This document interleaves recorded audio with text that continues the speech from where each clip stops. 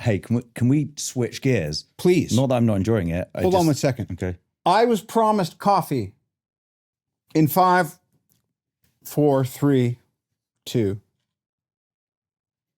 Can we switch gears completely?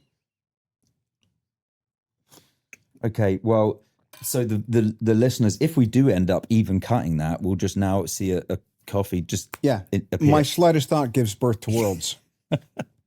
Dr. Doom himself. He's coming. Yeah. By the way, again, just how the system has helped me too. I think it's been a great testament to forget the fact that you have, the A list of scientists all contributing to kind of having this real, not just think tank, but this real actionable way of separating the wheat from the chaff. But going from project to project, one was a marathon, and then this last Marvel film was very much like a series of sprints and really taxing just physically because of the nature of these heavy costumes and stuff. And I really thought, because I was seeing people start to drop like flies. I remember back in the past, I've been on tarmacs in Atlanta where all the Avengers assembled, and you just go like, it's like 94 degrees and 88% humidity. People are going to start passing out. Yeah. And this is a real fit bunch of folks. Anyway, I didn't want to be the first man down on Doomsday, and I feel like that ability to withstand high pressure and exhausting action and or dramatic scenarios, and then just quickly be able to cool down. And, you wait a bunch, so I wanted to make sure that I wasn't always feeling like I had to rev up again. Yeah. And the way we changed the program was really helpful. I've had the privilege of being on some of these sets in the past, and like I know how long these days go on for, but more, I think the more difficult element of that is you have to go from nothing to 100% in an instant. Like and I don't mean like physically necessarily, but you have to go from no action to action. Yeah.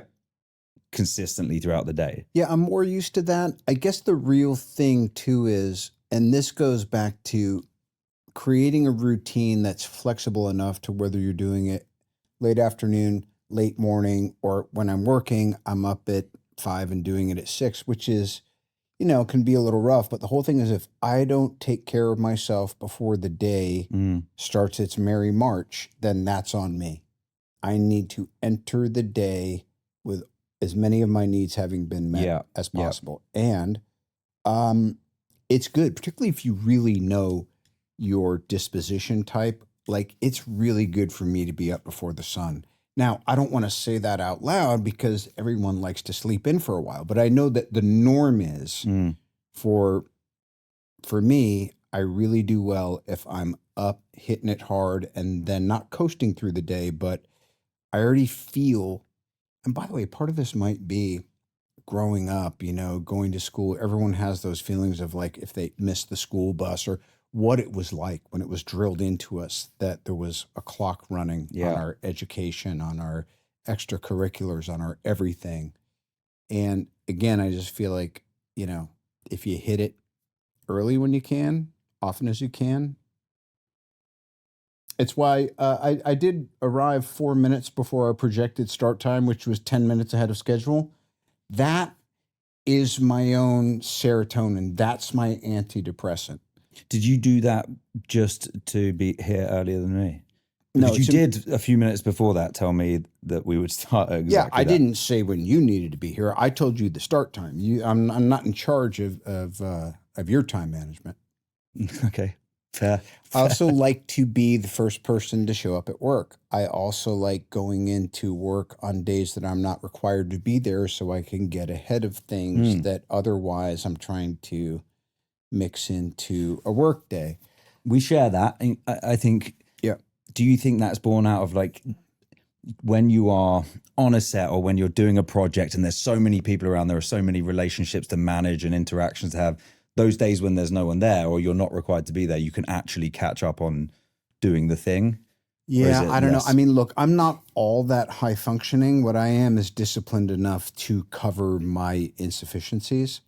Um, it could also be said that, funnily enough, I never thought I would be in this position where people look at me as some figure Mm, of accomplishment or authority.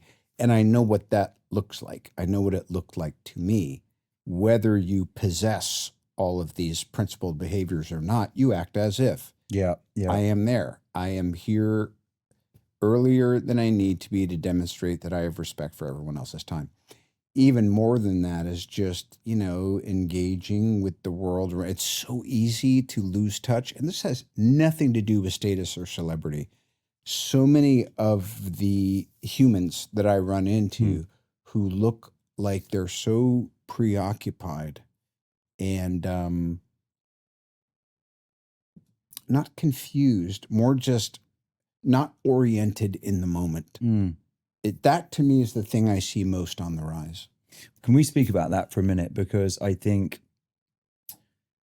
and I've mentioned this to you before, I think you're one of the most self-aware people that I know, and have taught me a lot about that. And we've spoken about that in the past. And I think one element of that is you are really good at staying present and being present with whoever you're with, whoever's in the room. How I really struggle with that still, and I struggle with the thing that you exactly just defined, like that being in the moment, like being with my thoughts, not getting distracted.